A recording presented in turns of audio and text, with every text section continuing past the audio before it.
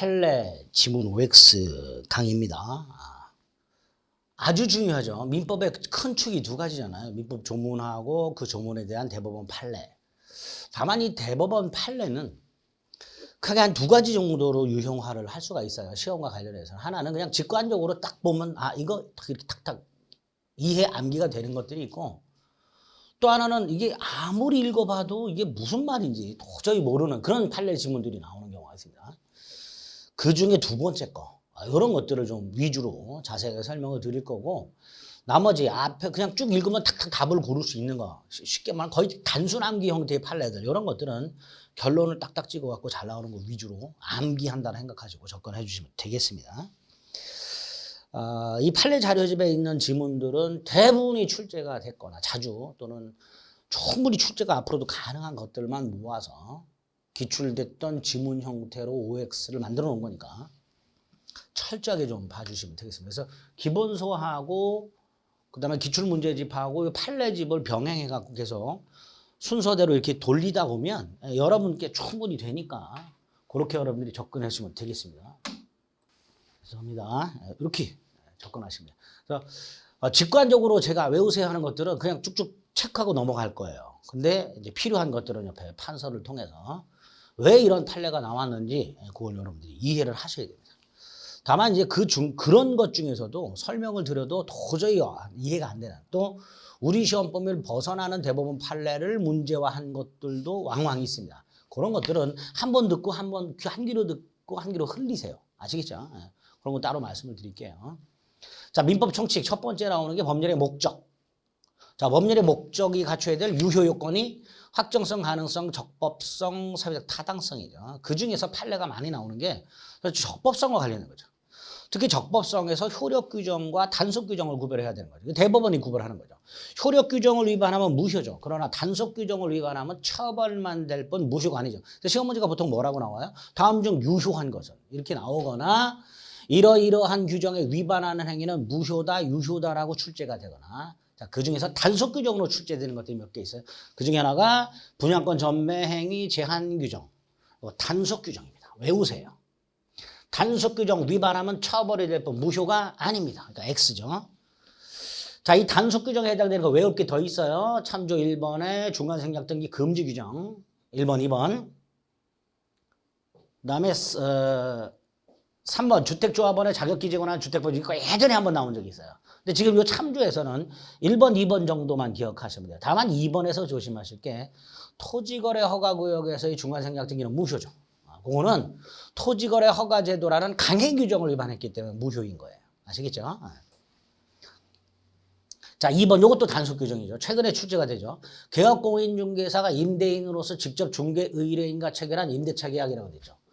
임대인과 임차인 사이의 임대차 계약을 중개사가 중개를 해야 되는데 임대인 갑, 임차인을 중개한 사람 갑, 이런 식으로 공인중개사가 중개하지 않고 직접 당사자로서 의뢰인과 거래하는 행위를 금지하는 규정을 두고 있는데 요거 단속 규정이죠. 따라서 개업공인중개사가 임대인으로서 직접 중개 의뢰인과 체결한 주택임대차 계약은 무효가 아니라 유효가 됩니다. X죠. 자, 참조에 있는 것들은 1번, 3번 두 개 강행 규정입니다. 1번, 2번, 3번 있는데 1번? 됐어. 3번 정도. 관할관청의 허가 없이 한 학교법인의 기본재산 처분행위 3번만 봅니다. 한번. 어떤 재산을 처분할 때 관할관청의 허가를 받아라. 예컨대 이제 사립학교법에 보면 사립학교 재단이 그 재단 재산을 처분할 때 관할관청 교육부의 허가를 받도록 하고, 이렇게 관할관청의 허가를 받도록 한 규정들이 강행 규정이고 효력 규정입니다. 따라서 그에 위반한 행위는 효력이 없고, 즉 무효고, 그다음에 강행 규정 위반이기 때문에 추인하더라도 효력이 없다. 추인도 효력이 없다. 여기까지 딱 기억하셔야 돼요. 3번도 기출이 된 바가 있습니다. 이렇게 효력 규정과 단속 규정을 대법원 판례를 구별하시되, 단속 규정은 꼭 암기하시고, 그 다음에 효력 규정과 관련해서 이것도 따로 좀 기억을 해 두실 필요가 있습니다. 밑에 보면 또 있네요. 자, 4번 있네요. 아, 이것도 기억을 해야 되는 판례 중에 하나죠. 공인중개사법에 보면요. 중개보수와 관련된 상한 규정이 있죠. 중개보수를 몇 프로 초과해서 받지 못하도록 하고 있습니다. 그런데 이 규정이 효력 규정이에요. 따라서 그거를 초과해서 받기로 했다. 중개사법 등 관련 법령에서 정한 수수료 한도를 초과하는 수수료 약정. 효력 규정을 위반했으니까 무효죠. 근데 조심할 거. 전체가 무효가 아니라 그 한도를 초과하는 부분만 무효가 된다는 거. 그 한도를 초과하는 부분만 무효가 된다는 거. 그다음에 5번은 우리 시험에서 한번 나왔는데요, 최근에. 이제 중개사법에서 나올 수 있는 문제죠. 공인중개사 자격이 없는 자가 거래 행위를 중개하고 수수료를 받는데 그걸 업으로 하면은 무효죠. 업으로 하면 무효예요. 그런데 업으로 한 게 아니라 여기서 포인트가 뭐예요? 우연한 기계에 단 1회 거래를 중개하고 보수를 받았다. 그럼 이건 중개를 업으로 한 것이 아니죠. 그럼 무효가 아니겠지. 요거 기억해 두세요. 효력 규정. 단속 규정과 효력 규정을 꼭 좀 구별해서 하라. 그리고 지금 체크해 드린 거 결론을 꼭 좀 암기를 해 두시길 바랍니다. 어렵지 않죠? 자, 3번은 농지법에 적용을 받는 농지를 매매하려면 농지를 매수하는 사람은 농지취득 자격증명을 갖춰야 되는데 이 농지취득 자격증명이 농지매매 유효 요건이냐? 아니다라는 게 판례죠. 효력 발생 요건이 아니죠. 즉 농지취득 자격증명은 우리 대법원에 할 때 농지 매수인이 이전 등기할 때 첨부하는 서류에 불과하다. 즉 농지매매의 효력 요건이 아니다. 따라서 농지취득 자격증명을 갖추지 못한 상태의 농지매매는 무효가 아니다까지 결론을 기억해 주셔야 됩니다. 이것도 수차례 출제가 된 바이죠. 자, 목적에서 적법성과 관련된 것과 효력 요건에 관련된 것들 판례도 조심하시고.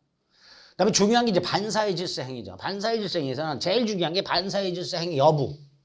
반사의 질서 행위냐 아니냐의 대법원 판례. 그리고 부동산 이중 매매를 우리 대법원이 어떻게 처리하고 있는가. 이게 이제 빈출 판례의 포인트가 되겠죠. 자, 반사의 질서 행위는 103조죠. 이 103조와 관련해서 자, 4번 이건 뭐죠? 법률행위 성립 과정에 불법적 방법이 사용됐다. 법률행위 성립 과정에 불법적 방법이 사용됐다 해서 이 법률행위는 증여를 말하는 거고요. 불법적 방법은 강박을 말하는 거예요. 그렇게 판례 문구를 바꿔서 이해하시면 돼요. 증여 과정에서 강박이 있었다 이런 뜻이죠. 그러니까 사람을 협박해서 재산을 뺏은 거죠. 그런데 요거는 우리 민법 110조에서 강박을 이유로 취소할 수 있도록 해놨죠. 그러니까 반사의 질서 행위가 아니다가 되겠죠. 4번 틀린 지문이 아주 잘 나오는 판례 중에 하나입니다. 5번 동기의 불법이죠. 동기가 사회의 질서에 반하는 경우 이게 뭐예요? 이게 동기의 불법이죠. 동기의 불법은 어찌적으로 반사의 질서가 아니죠. 그런데 그 동기가 상대방한테 표시가 된 경우 또는 알려진 경우 이렇게 나오겠죠. 법률행위에 표시된 동기가 또는 법률행위에 알려진 동기가 누구한테? 상대방에게 표시된 동기, 상대방에게 알려진 동기가 불법한 경우 그때 그 법률행위는 반사회적 행위로 무효다가 되겠죠. 그러니까 틀린 지문이 될 겁니다. 6번 반사의 질서행위죠. 간단하게 생각하세요. 공무원의 직무에 관하여 청탁을 하고 대가를 지급하겠다. 두 글자로 하면 뭐예요? 뇌물이죠. 뇌물을 주기로 하는 약정. 반사의 질서 행위로 무효가 됩니다. 7번 도박자금 제공 목적 금전대여. 쉽게 말하면 도박자금 대여. 반사의 질서 행위죠. 그걸 갚는 거. 도박 채무 변제. 이것도 반사의 질서 행위다. 그러니까 우리 대법원이 반사의 질서행위로 본 것들이 쫙 있는데 딱 보면 대부분이 이건 반사의 질서행위라고 느낌이 팍팍 와요. 그러니까 아닌 것들을 좀 조심하시면 돼요. 좀 전에 6번 뇌물 주는 거 반사의 질서행위잖아요. 다만 조심할 게 뭐예요? 4번 아까 법률의 성립 과정에 불법 이렇게 나오면 그냥 이렇게만 나오면 이게 반사의 질서행위처럼 보인단 말이죠. 이런 건 말을 바꾸자 말이에요. 증여 과정에 강박이 있었다. 강박을 이유로 취소할 수 있구나. 반사의 질서가 아니구나. 이렇게 딱 결론을 기억해 두셔야 되는 거예요. 반사의 질서적인 거 6번 뇌물, 7번 도박자금 빌려주는 거 반사의 질서이죠. 또 참조 1번에 보면 변호사법에 보면요. 변호사가 아닌 자가 소송을 대리하면서 성공 보수 약정은 성공 보수. 변호사가 아닌 자가 소송 사건을 대리까지는 할 수가 있어요. 그런데 그걸 하고 돈을 받기로 하면은 요거 이익 취득 약정. 변호사법이라는 강행 규정 위반이면서 동시에 반사의 질서가 됩니다. 원래 강행 규정 위반 행위하고 반사의 질서는 달라요. 구별하는 게 판례예요. 강행 규정 위반 무효하고 반사의 질서의 무효를 구별하는 게 대법원입니다. 이유는 반사의 질서 행위로 무효일 때는 불법원인급여가 적용이 돼요. 강행규정 위반 무효일 때는 불법원인급여가 적용이 안 된단 말이죠. 그러니까 강행규정 위반 무효하고 반사의 질서의 무효를 구별하는 게 우리 대법원의 기본 태도예요. 그런데 요 경우만은 이렇게 변호사가 아닌 자가 소송 사건을 대리하고 돈 받기로 하는 약정, 요거는 변호사법이라는 강행 규정을 위반하면서 엔드 반사회 질서이다 이렇게 봐요.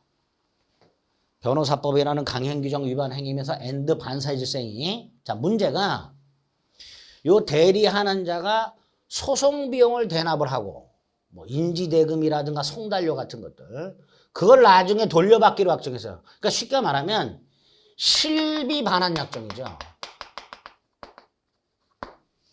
실제로 이 사람이 지출한 비용을 돌려받기로 하는 거잖아요. 자, 이것도 이것과 마찬가지로 반사의 질서 행위냐가 문제가 될 거예요. 그렇다.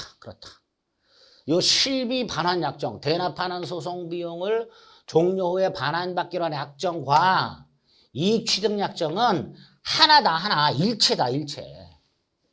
따로따로 보면 안 된다. 따라서 실비 반환 약정 플러스 이익 취득 약정, 이게 하나의 약정이다.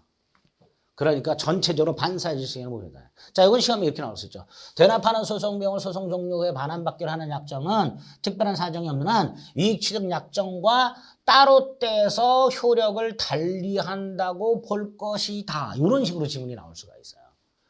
그렇게 지문이 나오면요, 굉장히 자연스럽죠. 조심하셔야 됩니다. 판례 문구를. 대납하는 소송 비용을 소송 종료 후에 반환받기로 하는 약정은 유효다. 이렇게 출제하는 경우도 있겠지만 대납하는 소송 비용을 소송 종료 후에 반환받기로 하는 약정은 특별한 사정이 없는 한 이익 취득 약정과 그 다음 따로 떼어 효력을 달리한다고 볼 것이다. 이런 식으로 출제가 될 수도 있단 말이죠. 그럼 틀린 지문이 되는 거죠. 2번은 반사의 질서행위로 대단히 자주 나오는 판례죠. 보험금을 부정 편취할 목적으로 다수의 보험계약을 체결한 경우에 그 보험계약은 반사의 질서행위는 무효입니다. 자, 3번 부첩관계, 부첩계약 반사의 질서행위죠. 그걸 본 부인이 사전 승인, 이것도 반사의 질서행위죠. 부인이 남편한테 맨날 도박만 하니까 부인이 남편한테 이렇게 말했어요. 차라리 바람을 펴라. 그랬더니 실제 바람 피고 나서 부인한테 네가 동의했지 않냐, 승인했지 않냐, 이렇게 말도 안 되죠. 그러니까 부첩관계 자체도 반사의 질서행위고 그걸 승인하는 것도 반사의 질서입니다. 다만 그다음 세 번째 거 부첩관계의 종료를 해제조건으로 해서 처백의 한 증여라고 되어 있습니다. 갑이 처백에 아파트를 증여를 해요. 증여하면서 조건을 다는 거예요. 뭔 조건을 달았냐면 헤어지면 반환한다 이렇게 조건을 다른 거예요. 그럼 아파트를 받은 을은 갑하고 헤어지고 싶어도 헤어지지 못하죠. 왜? 헤어지면 아파트 돌려줘야 되니까. 이거를 부첩관계의 종료, 헤어지는 것을 해제 조건으로 하는 증여라고 하게 됩니다. 자, 이때 이 부첩관계의 종료를 해제 조건으로 해서 이 조건만 무효가 되는 게 아니라 증여 자체가 반사회 질서행위로 무효가 됩니다. 이거는 그렇게 출제가 될 수 있습니다. 부첩관계, 사전승인, 부첩관계의 종료를 해제 조건으로 한 증여 다 반사의 질서행위로 무효다. 4번은 증언을 해달라. 대가를 주겠다. 자, 여기서 그 대가가 통상적으로 용인될 수 있는 수준, 상식적으로 받아들이는 수준, 통상적으로 용인된다는 건 상식적으로 받아줄 수 있다 이런 뜻입니다. 그 수준을 넘으면 반사의 질서에는 무효예요. 넘지 않으면 무효가 아니에요. 또 하나, 여기서는 그냥 증언이라고 돼 있잖아요. 그죠? 근데 이 증언이 5번처럼 허위 증언으로 가게 되면 이때는 대가가 얼마냐를 따지지 않고 무효가 됩니다. 4번은 허위 증언이 아니라 그냥 진짜 증언이에요. 그럴 때 대가를 주기로 한 것은 나누자 말이지. 사회통념상 용인될 수 있는 수준, 이걸 나눠서 초과하면 무효, 초과하지 않으면 유효 이렇게 돼요. 그런데 허위 진술 대가는 이런 거 안 따진단 말이죠. 안 따지는 걸 뭐라 하냐? 급부의 상당성 여부를 판단할 필요 없이라고 말을 해요. 급부의 상당성 여부를 판단할 필요가 없다는 건 얼마를 주냐를 따질 필요 없이라는 뜻입니다. 그럴 때는 반사의 질서에는 무효가 됩니다. 그래서 4번 그냥 증언과 5번 허위 증언을 구별해서 봐달라 생각해 주시면 되겠습니다. 자, 그 다음에 이제 요 8번이 문제인데, 의무의 강제에 의하여 얻어지는 채권자의 이익에 비하여 약정된 벌이 과도하여 무거운 경우 과도, 이런 말이 나와 있어요. 이 말을 이해하셔야 돼. 이런 거예요. 갑이 을에게 100만 원짜리 물건을 팔았어요. A 물건을 100만 원에 팔았어요. 자, 을은 100만 원 지급 의무가 있죠. 근데 이거를 이행을 안 하면 1억을 위약금으로 지불해요. 위약금. 을이 100만 원을 제때 지급하지 않으면 1억을 위약금으로 지급하게 했어요. 그럼 보세요. 을 의무자로 하여금 100만 원을 지급하게 함. 그게 이거죠. 의무의 강제. 국가가 을에게 강제적으로 야, 너 100만 원 지급해. 그래서 갑이 100만 원을 받아. 이거에 비하여 약정된 벌 1억. 과도하게 무겁죠. 이런 뜻이에요. 의무의 강제에 의하여 얻어지는 채권자의 이익이란, 지금 이런 경우 100만 원 받고 팔았다. 을로 하여금 100만 원을 지급하게 한다. 그래서 갑이 얻는 이득 100만 원. 보다 위약벌이 과도하게 무거운 경우, 당연히 이럴 때 반사의 질서에는 무효가 된다 라는 게 판례입니다. 그런 의미예요. 자, 이해를 그렇게 해주시면 됩니다. 그런데 지문은 이렇게 나온단 말이에요. 그러니까 여기서 한 포인트는 의무의 강제에 의하여 얻어지는 채권자의 이익이 뭐냐 말이죠. 원래 급부받기로 한 거, 그거 생각하시면 돼요. 을로 하여금 100만 원 지급을 강요함으로써 갑이 얻게 되는 이득 100만 원. 근데 위약벌은 1억. 그럴 때는 반사의 질서에는 무효가 됩니다. 9번은 부정한 행위를 저지른 남편이 부인에게 용서를 빌면서 부동산을 넘기면서 싹싹 빌어. 부부관계가 유지되는 동안에는 팔아먹지 마세요. 이렇게 한 약정이라고 되어 있죠. 요 9번은 부정행위를 저지른 남편이 부인 앞에 무릎 꿇고 앉아서 싹싹 빌고 있는 상황을 생각하시면 돼요.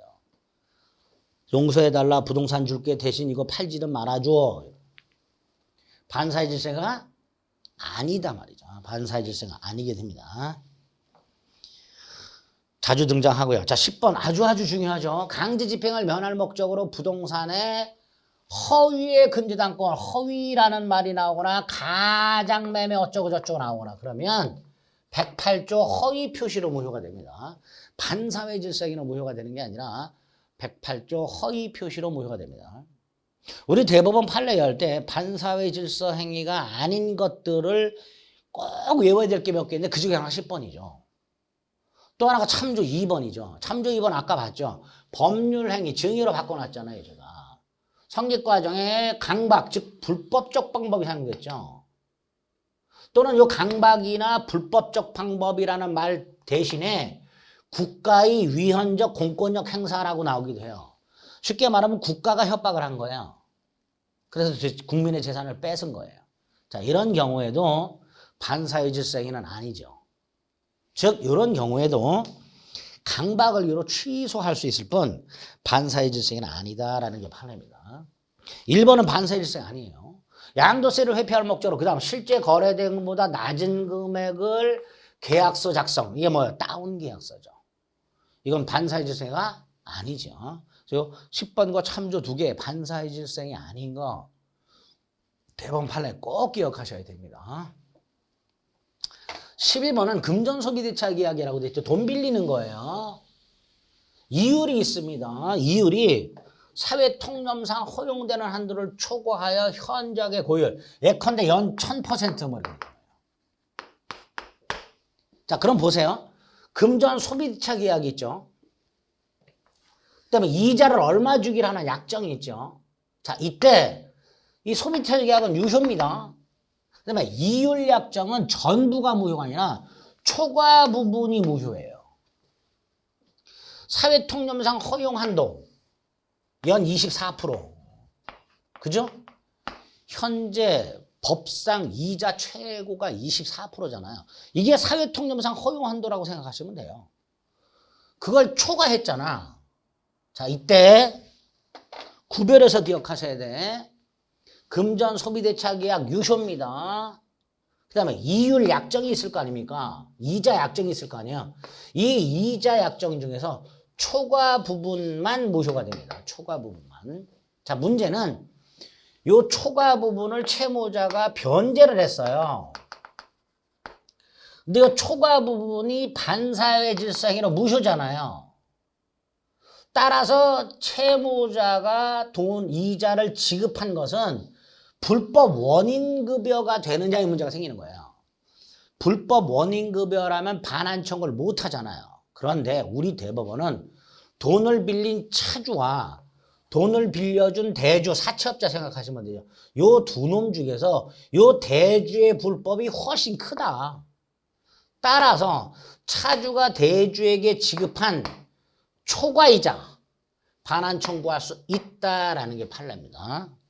원래 불법 원인급여가 반사회 질서행위로서 불법 원인급여가 적용이 되면 반환 청구를 못 합니다. 그런데 우리 대법원은 여기에서 차주를 보호하기 위해서 차주에게 불법 원인급여가 적용이 안 되도록 이렇게 판결을 하고 있습니다. 그래서 기억합니다. 초과 부분 이자 약정 무효, 그 다음에 초과 지급한 이자 반환을 청구할 수 있다. 이렇게 나온 적이 있죠. 불법 원인급여이므로 반환 청구할 수 없다. 이렇게 출제가 된 적이 있었어요. 이게 틀린 지문이 되는 거예요. 그 뒷부분이 다 틀린 게 아니라 여기만 틀린 지문이 됩니다. 초과 부분 무효 기억하시고 12번 전통사찰의 주지직을 거액을 주고 양도 양수하는 계약. 이건 반사회 질서행위죠. 또 하나 그 양수인을 주지로 임명하는 거. 이건 반사회 질서행위가 아니죠. 그렇게 기억하시면 돼요. 그러니까 나눠서 기억하세요. 주지직 양도 양수 반사회 질서행위는 무효. 그 양수인을 주지로 임명. 이건 반사회 질서행위가 아니다. 이렇게 기억하시면 됩니다. 자, 13번. 자, 변호사가 의뢰인과 소송에서 이겼을 때 보수를 받기로 하는 성공보수약정을 했어요. 자, 이 성공보수약정이 반사회 질서행위냐 아니냐가 문제가 되고 우리 대법원은 민사사건과 형사사건을 구별합니다. 민사사건의 경우에는 성공보수약정은 무효가 아니에요. 반면에 형사사건의 경우에는 성공보수약정은 반사회 질서행위로 무효입니다. 결론 기억하시면 돼요. 민사사건과 형사사건으로 나눠서 기억하시면 되고 자 이제 이중매매가 나왔어요. 부동산 이중매매의 경우에는 우리 대법원에는 원칙적으로 강매매는 유효하고 강매수인은 평등하니까 먼저 등기한 자가 소유권을 취득하죠. 다만 제2매매가 반사회 질서행위로 무효가 되는 경우가 있었죠. 매도인의 배임행위와 제2매수인의 적극가담 행위가 있었죠. 특히 적극가담은 제1매매 사실을 알고 있는 것만으로 부족하고 알면서도 포기하지 않고 적극적으로 매도를 권유 요청해서 계약을 체결하는 정도까지 되어야 적극 가담이라고 했습니다. 자, 이렇게 제2매매 계약이 반사회 질서 행위로 무효일 때 효과, 우리 대법원 판례 4개를 꼭 기억하셔야 되죠. 첫째가 병등기를 말소하는 방법. 갑이 직접 말소 청구를 못한다. 을이 직접 말소 청구 못한다. 을이 갑을 대위하여 말소를 청구할 수 있다. 두 번째, 병과 거래한 정은 선악불문하고 소유권을 취득하지 못한다. 제2매매가 반사회 질서행위로 무효일 때 제2매수인과 거래한 전득자는 설령 선이라 하더라도 이중매매가 유효다. 나도 유효다. 이런 주장할 수 없다. 이렇게 되겠죠. 세 번째가 제1매수인은 제2매매계약을 채권자 취소권 행사에서 취소할 수 없다고요. 마지막이 을은 병에 대해서 직접 불법행위 손해배상을 청구할 수 있다가 되죠. 이게 다 대법원 판례고요. 그 결론을 딱딱 머릿속에 넣으셔야 돼요. 그러니까 14번 제2매매 계약이 반사회 질서행위로 무효일 때 제1매수인은 직접 말소를 청구할 수가 없다. 매도인 갑을 대위하여 말소를 청구할 수 있을 뿐이다. 이렇게 되겠죠. 자, 무효일 때 선의의 전득자라고 돼 있잖아요. 이중매매가 무효일 때 그에 기초한 선의의 전득자가 누구예요? 정이잖아요. 정. 이 정. 선이면 소유권 취득하나요? 아니죠. 절대적 무효이기 때문에. 제2매매가 무효일 때 제2매수인과 거래한 전득자는 선이라 하더라도 소유권을 취득하지 못하니까 그 등기는 무효다라고 해야 되겠죠. 자, 참조 보겠습니다. 이렇게 사례 틀어 나오는데 이 지문들이 다 대법원 판례 내용이에요. 갑이 자기 소유 X부동산을 을에게 매도하고 매매대금을 수령하였으나 이러한 사실을 알고 있는 병이 포기하지 않은 채 적극적으로 갑에게 권유하여 부동산을 매수하고 병 명의로 등기를 했습니다. 자, 병이 적극적으로 권유했으니까 갑병 매매 계약은 반사회 질서행위로 무효죠. 따라서 병 등기도 무효고요. 반사회 질서 행위로 무효니까 추인하더라도 효력이 없다죠. 따라서 병으로부터 부동산을 전득한 정은 선이라 하더라도 소유권을 취득할 수가 없죠. 아주 중요하고요. 이번 을은 병에 대해서 직접 이전 등기나 말소 등기를 청구할 수는 없고 갑을 대위하여 말소를 청구할 수 있을 뿐이다. 이 두 개 아주 잘 나오는 대법원 판례예요. 3번 을은 갑에 대해서 채무 불이행을 이유로 손해배상을 청구할 수도 있죠. 을이 이 부동산을 원하지 않으면 그냥 갑에게 갑과의 계약을 해지하고 손해배상을 청구할 수도 있습니다. 4번 을은 갑병 사이의 매매계약에 대해서 채권자 취소권을 행사할 수가 없지요. 채권자 취소권을 행사하려면 을이 갖고 있는 채권이 금전 채권이어야 돼요. 다시 말해서 을이 갑에게 빌려준 돈이 있어야 돼. 그런데 을이 갑에 대해서 갖고 있는 건 이전 등기 채권이잖아요. 이건 금전 채권이 아니잖아요. 그러니까 채권자 취소권 행사할 수 없다고요. 5번 병이 알고 샀다는 사정만으로는 적극가담이 아니죠. 병이 알면서 플러스 적극 권유가 있어야 되죠. 단순히 알고 있었다는 것만으로는 적극가담이 아니니까 반사회적 행위에 해당한다고 볼 수가 없습니다. 다 판례입니다. 16번 자 제2매수인이 직접 한 게 아니라 갑이 을에게 대리권을 줬고 을이 병과 매매를 했는데 이게 제2매매였어요. 병은 이미 부동산을 정한테 판 상태였어요. 자, 이때 제2매수인의 대리인이 적극가담을 했다면 제2매수인이 적극가담한 거하고 똑같죠.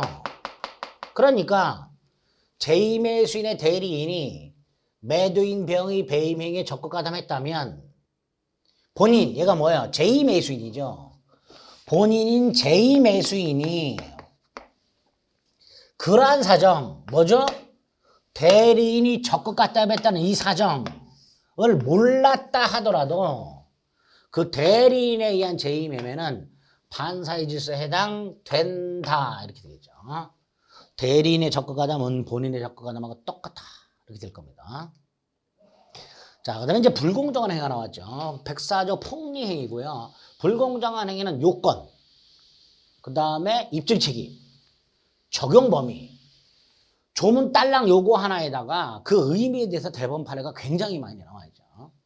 자, 17번은요. 불공정한 행위가 성립하려면 급부와 반대급부의 현저한 불규정이 있어야 되잖아요. 그 급부와 반대급부의 현저한 불규정은 언제를 기준으로 판단하느냐, 어떤 값어치를 가지고 판단하느냐, 행위 당시, 따라서 행위 이후 사정을 고려하지 않죠. 주관적 가치가 아닌 객관적 가치를 가지고 판단하죠. 행위 당시 객관적 가치를 가지고 판단합니다. 따라서 어떤 행위가 계약 체결 당시를 기준으로 불공정한 것이 아니라면 설령 나중에 외부 환경의 급격한 변화, 이게 뭘까요? 가격의 폭등 또는 폭락, 이렇게 되겠죠. 외부 환경의 급격한 변화는 건 별거 아니에요. 가격의 폭등 또는 폭락을 말해요. 따라서 그럼으로 인하여 당사자 일방에 큰 손실이 발생하고 상대방에게는 큰 이익이 발생해. 그런데 이 외부 환경의 급격한 변화가 계약 이후 문제잖아요. 그러니까 이건 고려할 필요가 없는 거예요.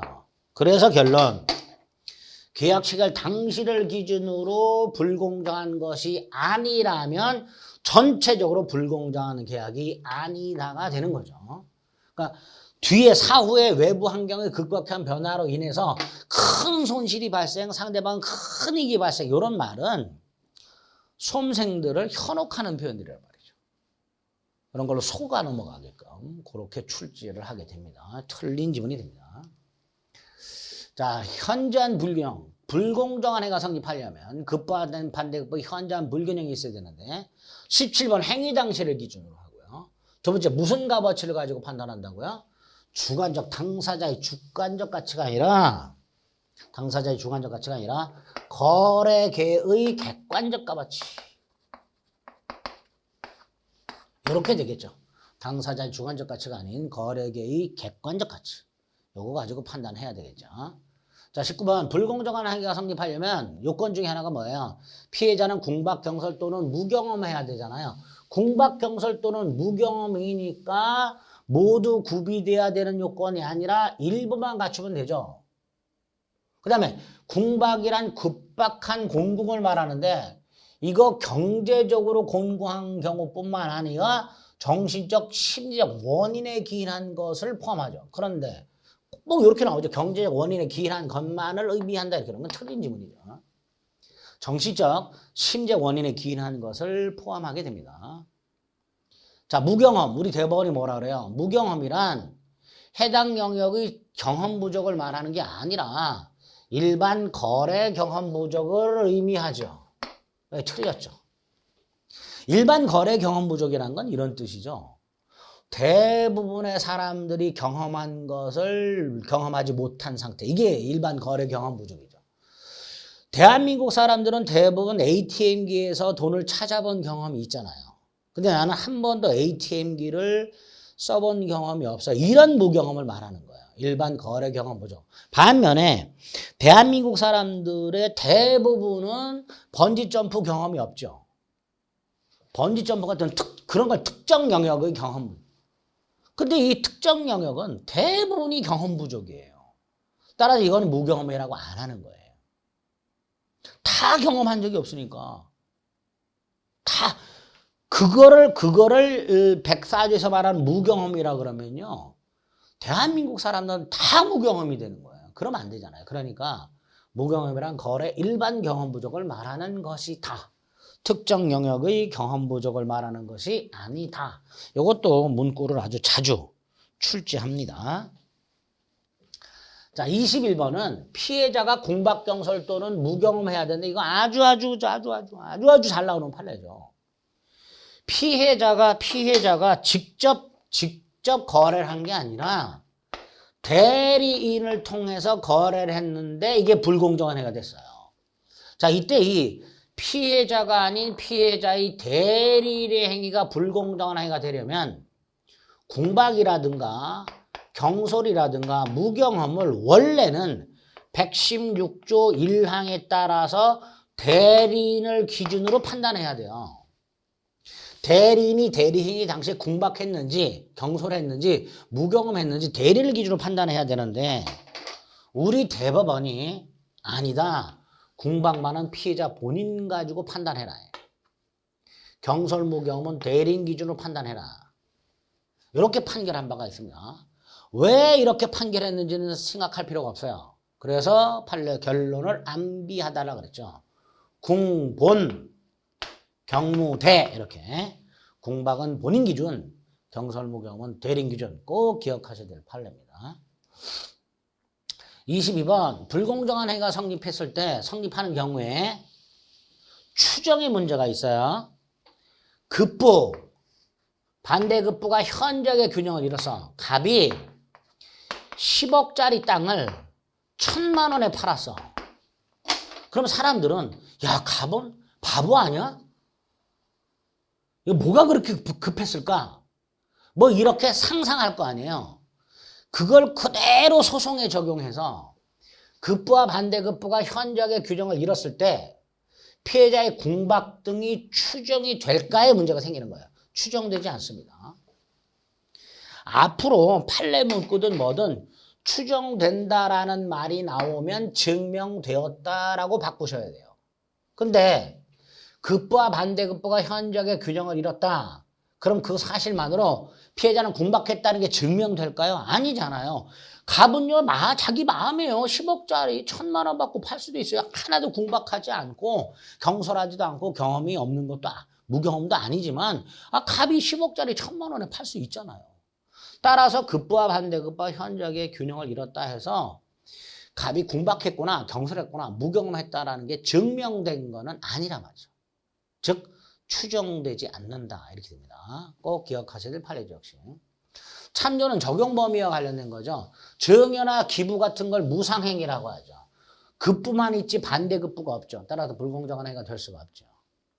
경매법원을 통해서 헐값에 낙찰을 받은 경우도 마찬가지죠. 법원을 통한 거니까 불공정한 행위가 성립할 수가 없죠. 반면에 피해자와 가해자가 합의를 보면서 일체 민형사 책임을 묻지 않는다라고 했어. 그런데 피해자가 받을 수 있는 보상금 또는 피해 배상금의 한 8분의 1 정도만 받고 궁박한 상태에서 부재소 합의를 해줬어. 그러면 그 부재소 합의도 불공정한 행위로 무효가 된다라는 게 판례입니다. 1번, 2번 아주 잘 나오고요. 3번 불공정한 행위가 될 수 있다는 거 기억을 해 주셔야 됩니다. 자, 불공정한 행위는 반사의 질서 행위죠. 절대적 무효죠. 따라서 추인 안 되죠. 그러나 전환은 인정되죠. 이거 이렇게 기억하자 그래서 우리 대법원 판례입니다. 강행규정 위반 행위, 반사회 질서 행위, 불공정한 행위, 무효행위의 추인 139조, 무효행위의 전환 138조 나눠서 다 안 되는데 여기만 된다. 불공정한 행위, 무효행위의 전환은 적용된다. 추인은 인정 안 돼요. 전환은 인정됩니다. 무효행위 추인은 인정되지 않는다. 전환은 인정된다. 이렇게 결론 기억하시면 됩니다. 자, 24번부터는 범죄행 해석인데, 자, 이 범죄행 해석은 이런 지문이 나오면 머릿속으로 피해자의 의사 표시가 불일치하는 게 일단 염두에 두세요. 이때 각과 의사에 A를 계약한 건지 B를 계약한 건지가 문제가 될 때 상대방 의를 기준으로 표시를 초점 맞춰서 해석을 하는 게 대표적이죠. 이게 규범적 해석이죠. 이게 원칙이에요. 다만 상대방이 피해자의 진정한 의사, 진의죠. 요거를 알았거나 알 수 있었을 경우하고 양 당사자의 의사가 일치하는 경우 요 두 가지 더 있는데 우리 시험에 나올 수 있는 건 요 두 가지. 상대방이 표의자의 진정한 의사를 알았거나 알 수 있었을 경우하고 양당사자의 의사가 일치하는 경우 이때는 이 의사를 기준으로 해석을 해라. 이렇게 되겠죠. 그러면 당사자의 진정한 의사를 알 수 없다고 돼 있으니 내심의 의사보다는 표시된 행위에 의하여 해석을 해야 되겠죠. 옳은 지문이죠. 반면에 참조로 보세요. 당사자의 진정한 의사를 상대방이 알았단 말이에요. 그럼 뭘 기준으로 해야 돼요? 내심의 의사를 기준으로 해야 되죠. 내심의 의사하고 표시행위에서 추단되는 의사를 구별해서 내심의 의사는 그냥 의사, 표시행위로 추단되는 의사는 그냥 표시, 이렇게 매칭시켜서 이해를 해주시면 됩니다. 구별을 꼭 하자. 24번과 참조 1번은. 자, 2번 규범적 해석은 뭐예요? 표시행위, 표시. 그 의미를 확정하는 거다. 이게 규범적 해석이죠. 자, 25번 자연적 해석 중에 오표시 무해 원칙 관련된 대표적인 판례죠. 부동산 매매 계약에서 당사자 쌍방이 모두 A 토지를 계약의 목적물로 삼았으나 A 토지를 매매하기로 의사가 일치됐으나 이런 뜻이죠. 지번을 착각해서 B 토지로 표시한 경우 이게 뭐예요? 오표시죠. 이 오표시는 A 토지 매매 계약에 아무런 영향을 주질 않지요. 오표시 무해죠. 따라서 매매 계약은 의사 합치한 대로 A 토지에 대하여 성립하게 되고요. 자, A 토지에 성립하는 건 의사를 기준으로 하니까 자연적 해석이잖아요. 자연적 해석의 특징 중에 하나가 착오가 성립하지 않아요. 따라서 착오를 이유로 취소할 수가 없다까지 기억하세요. 여기서 착오를 이유로 취소할 수 있다라는 식으로 지문이 자주 나옵니다. 착오를 이유로는 취소를 못합니다. 자연적 해석은 착오 문제가 생기질 않아요. 자, 25번은 계약 당사자가 누구냐의 문제인데요. 부동산 경매 절차에서 자, 병소유 A 토지가 경매 진행 중이에요. 갑이 이걸 낙찰을 받고 싶어요. 근데 자기가 전면으로 나서기는 싫어. 그래서 을의 이름을 빌리기로 해요. 자, 갑이 을에게 야, 네가 가서 병소유 부동산을 낙찰을 받아와라. 네 이름으로. 쉽게 말하면 갑은 을의 이름을 빌린 거죠. 자, 이름 빌리는 걸 뭐라 그래요? 명의 신탁약정이라고 하죠. 그리고 갑이 을에게 돈을 줘요. 그리고 을이 자기의 이름으로 낙찰을 받는 거예요. 이럴 때 경락인, 즉 매수인이 누구냐? 자금 대여자 갑이냐, 자금 제공자 갑이냐, 명의인 을이냐의 문제가 되는데 을이죠. 이런 거 우리가 계약 명의 신탁이라고 한다고 그랬잖아요. 그러니까 부동산 경매 절차에서 경매 목적 부동산을 경락받는 경락인이 을이 실질적 권리자 갑이 아니라 단순히 갑을 위하여 명의만을 빌려준 것 을이 불가하더라도 그 경매 목적 부동산 소유권은 경락대금을 실적으로 부담한 자 갑이 아니라 명의 대여자 명의인 을이 취득한다. 이게 우리 부동산 실거주자 명의등기에 관한 법률에 가면 계약 명의신탁이고 경매죠. 자, 이럴 때 명의상 약정은 무효지만 경매 및 을등기는 유효하니까 을이 완전한 소유권을 취득한다. 그거와 연결이 된다. 라고 생각하시면 됩니다. 경매 목적 부동산의 소유권은 그 대금의 실질적 부담자가 누구냐와 상관없이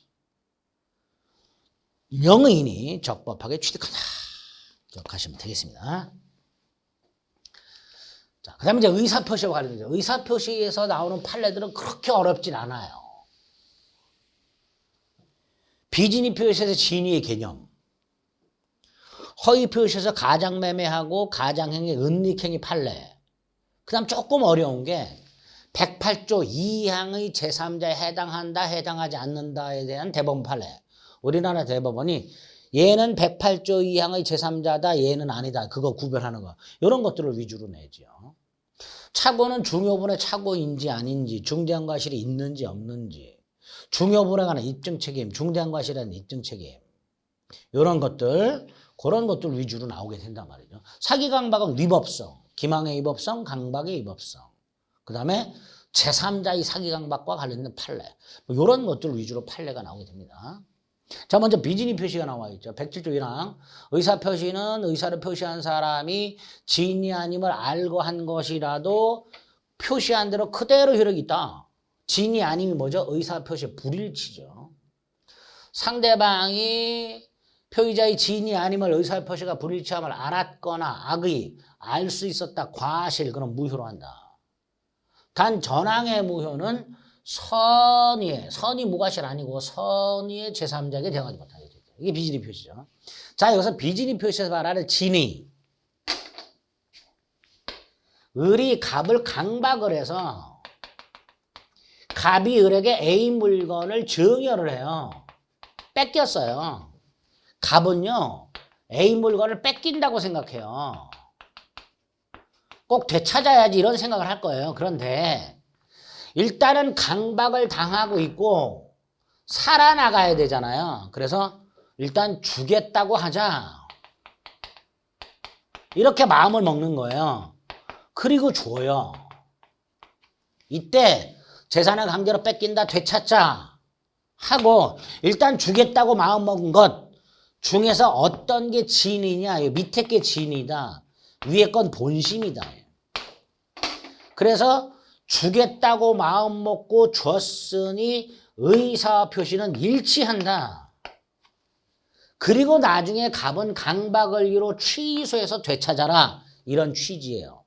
그래서 비진의 표시에서 판례 중에 어려운 게 이 진의의 뜻입니다. 비진의 표시에서 말하는 진이란 표의자가 진정으로 마음속에서 바라는 사항. 그게 뭐예요? 이거예요. 이게 본심. 이게 말하는 거예요. 이거. 뺏긴다, 되찾자. 이게 갑이 진정으로 바라는 거잖아요. 근데 이걸 말하는 게 아니고, 진정으로 마음속에 바라는 걸 말하는 게 아니라, 이렇게 특정 의사를 표시하고자 하는 생각을 말하는 거다.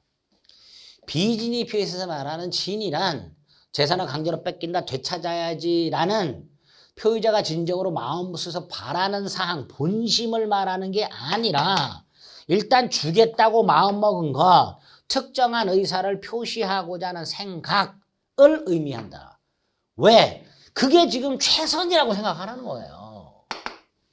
진정으로 원하진 않아. 하지만 지금 이 상황에서는 주기로 하는 게 최선이다 라고 판단하고 주겠다고 했으니 내심의 효과 의사가 결여. 이게 뭐예요? 의사와 표시의 불일치 또는 진이 아님, 이를 말한 거죠. 이런 경우에는 비진의 표시라고 할 수가 없단 말이죠. 옳은 질문이 되죠. 참조 1번도 보세요. 강박에서 증여하지만 증여를 진정으로 원하진 않았지만 최선이라고 판단하고 주겠다고 했으니 비진의 표시, 즉 내심의 효과 의사가 결여된 것이라 할 수는 없다.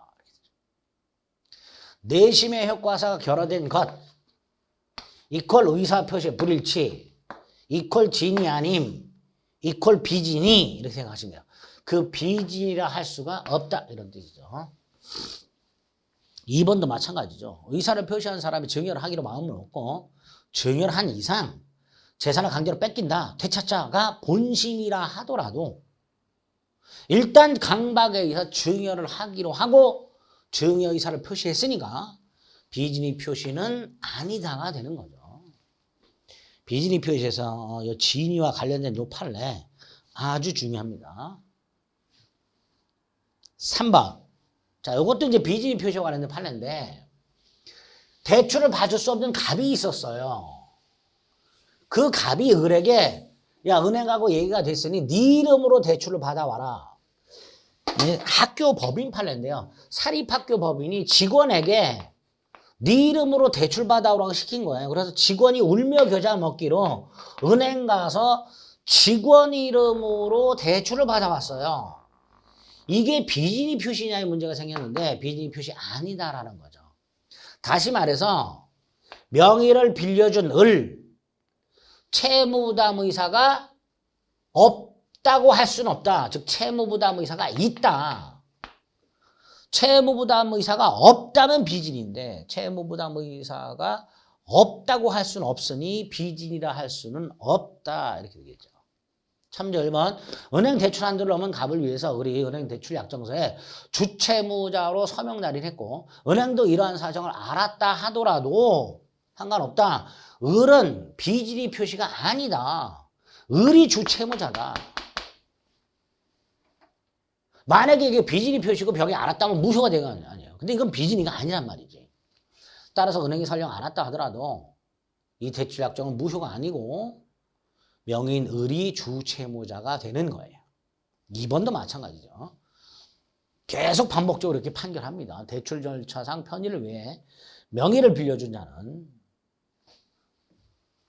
오타네요. 명의를 빌려준 자는 채무부담 의사가 없다고 할 수는 없으므로 즉 있으므로 비진이 표시가 아니다가 되겠죠.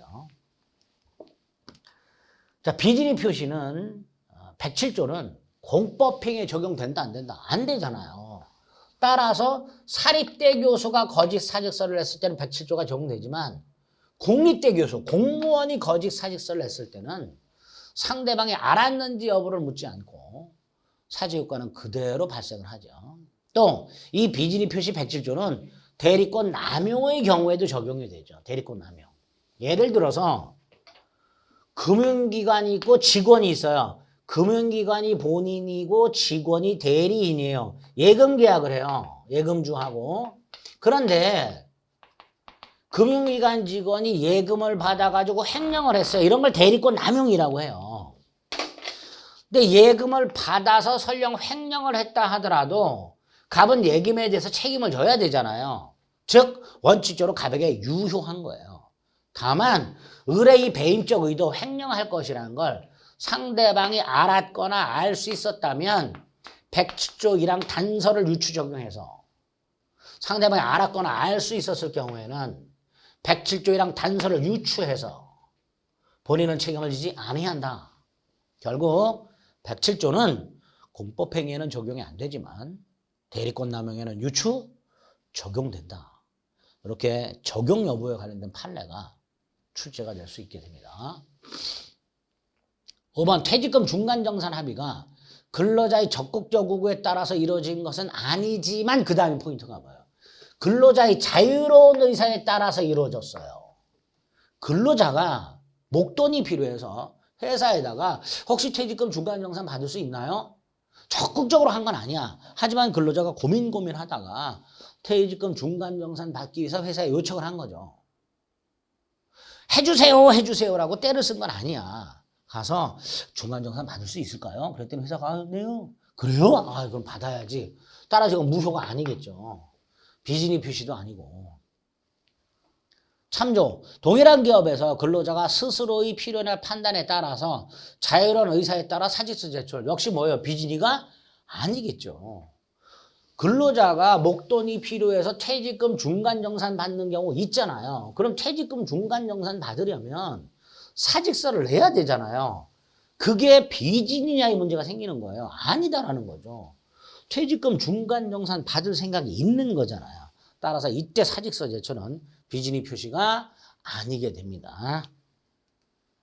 자, 허위 표시. 허위 표시는 가장매매, 가장항의, 은닉행위 법률관계하고 108조 2항의 제3자, 요 판례가 중요하다고 그랬죠. 상대방과 통장을 허위 의사표시는 무효죠. 전항의 무효는 선의의 제3자에게 대하지 못하는데 특히 선의의 제3자에 해당하는 놈, 해당하지 않는 놈 이거 구별하는 판례가 대단히 중요합니다. 그리고 이 판례들은 하나하나 이해하지 마시고 외우셔야 돼요.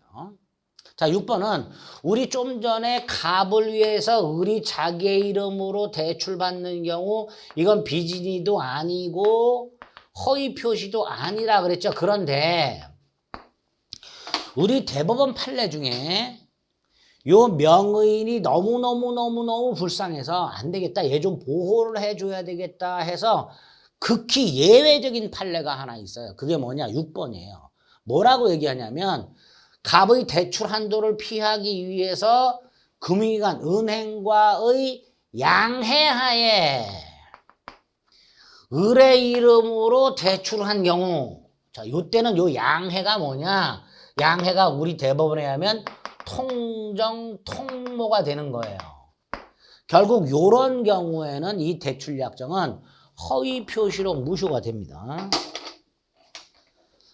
대부분은 무효가 아니에요. 갑을 위해서 을이 이름 빌려주고 을의 이름으로 대출받으면 유효합니다. 비진이도 아니고 허위 표시도 아니에요. 그런데 6번 하나. 갑의 대출 한도를 피하기 위해서 을이 자기의 이름으로 대출을 받아주는데 그런 사정을 금융기관이 양해하였다라는 말이 나오면 양해를 통정, 통모로 바꾸시면 돼요. 이걸로 바꾸는 거예요. 따라서 이때는 허위 표시로 무효가 됩니다. 7번 갑회사 근로자 을이 군복무를 위해서 회사에 휴직계를 내라고 했는데 회사가 군대 가 있는 동안 근속연수에서 빼야 되니까 퇴직 및 재입사하라 그랬어요.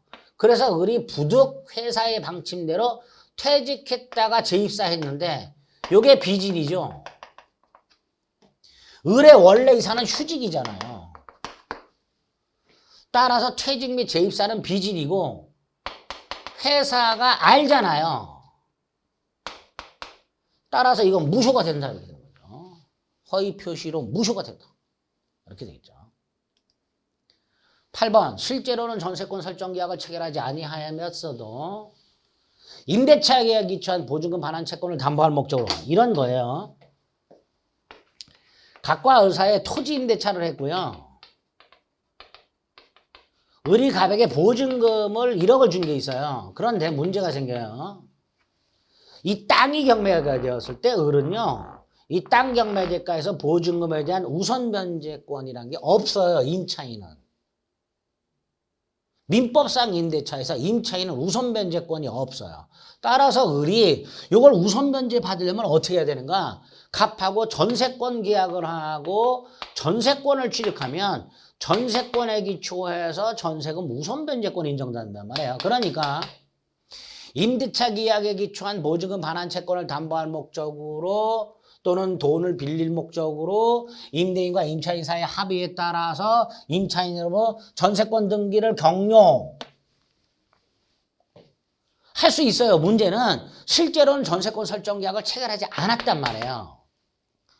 여기서 실제로는 전세권 설정 계약을 체결하지 아니하였다. 그런데 전세권 설정 등기를 격려하였다. 이게 뭐가 되는 거예요? 허위 표시죠. 실제로는 매매를 하지 않았지만 매매를 한 것처럼 꾸며서 매수인 이름으로 소유권자 등기를 했다. 그대로 갖다 박으세요. 실제로는 전세권 설정 계약을 한 적이 없지만 마치 전세권 설정 계약을 한 것처럼 꾸며서 전세권 설정 등기를 마쳤다. 가장 매매하고 구조가 똑같잖아요. 그러면 허위 표시로 무효가 된다. 이렇게 되겠죠. 허위 표시로 무효가 된다. 그래서 8번은 이런 경우는 있어요. 실제로 임대차 계약을 했고 보증금 반환을 채권 담보할 목적으로 전세권 설정 계약을 따로 하고 전세권 등기. 그럼 유효예요. 그거는. 나중에 전세권에 가면 나와요. 그런데 이거는 전세권 설정 계약을 하지 않았지만 마치 전세권 설정 계약을 한 것처럼 꾸며서 등기를 했다. 이런 식으로 나온 거예요. 그래서 문구가 이게 키워드가 되는 거예요. 이렇게 전세권 설정 계약을 하지 않았지만 마치 계약을 한 것처럼 꾸며서 등기를 격려하였다. 이렇게 문장을 압축해서 기억하시면 됩니다. 허위 표시로 무효가 되겠죠. 옳은 지문이죠. 자, 통정허위 표시는 무효죠. 가장매매 무효죠. 채권자 취소할 수 있다 없다? 있지. 가장매매가 무효일 때 가장매도인의 채권자는 가장매매 계약을 채권자 취소권 행사에서 취소할 수 있다가 되죠. 이건 따로 기억해. 채권자 취소권 자체가 우리 시험 범위가 아니니까 결론 기억하시면 됩니다. 10번 가장매매죠. 갑은 자신의 부동산에 관해서 을과 통장을 허위의 매매 계약에 따라 이전 등기를 을에게 해줬다. 통장을 허위의 매매, 가장매매로 무효, 등기 무효. 그런데 을이 이러한 사정을 모르는 병 선의의 제3자와 계약을 하고 등기를 넘겨줬다. 선의의 제3자 보호되죠. 이때 제3자는 선의이기만 하면 선의가 두 종류잖아요. 선의 무과실과 선의 과실이잖아요. 그런데 108조형에서는 제3자가 선의이기만 하면 되잖아요. 그러니까 병은 선의이기만 하면 과실이 있더라도 소유권을 취득할 수 있다라고 해야죠. 선의이기만 하면 보호가 된다. 12번 허위 표시의 무효는 선의의 제3자에게 대항하지 못하죠. 두 번째, 제3자의 선의는 추정이 되죠. 제3자의 선의는 추정된다는 건 제3자의 선의가 증명되었다라는 뜻이죠. 선의 추정, 선의 증명되었다는 거죠. 따라서 제3자는 스스로 선의임을 증명할 필요가 없고요. 제3자가 악의라는 사실을 주장하는 자, 즉 무효 주장자가 제3자 악의를 입증할 책임이 있게 됩니다. 12번 갑이 을에 대한 보증금 반환 채권을 담보하기 위해서 통정 허위 표시로 전세권 설정 등기. 아까 봤던 거 전세권 설정 계약 없이 전세권 등기. 이 무효죠. 그런데 을의 채권자 병이 이게 허위 전세권이라는 사실을 알면서 악의 저당권을 설정받았어요. 악의의 제3자잖아요. 그죠? 악의의 제3자 보호돼요? 안 돼요? 안 되잖아요. 그런데 병의 채권자 정이 요걸 또 가압류한 거예요. 근데 얘는 선이야, 선이. 그럼 보세요. 갑과 을 사이에 가장 전세권 계약, 가짜 전세권 등기, 그런데 악의의 병, 악의의 제3자 보호 안 되잖아요. 근데 이 악의의 제3자와 새로 거래한 선의의 전득자에 보호되죠. 얘도 108조 2항의 선의의 제3자에 해당한다죠. 허위 표시 당사자가 아닌 제3자가 악의일 때 그 악의의 제3자와 거래한 선의의 전득자는 108조 2항의 선의의 제3자에 해당한다가 되죠. 그렇게 순서대로 기억하시면 돼요. 갑을 허위 표시 당사자, 병 제3자인데 악의, 그런데 정 전득자인데 선의 보호된다. 이런 구조라고 생각하시면 됩니다. 자, 13번부터는 108조 2항의 제3자와 관련된 거고요. 요거는 잠시 시간을 달리해서 다음 시간에 좀 살펴보도록 하겠습니다. 그래서 어디까지 했나 볼까요? 네, 26페이지까지 살펴봤네요. 27페이지부터는 시간을 달리해서 다음 시간에 살펴보겠습니다. 고생하셨습니다.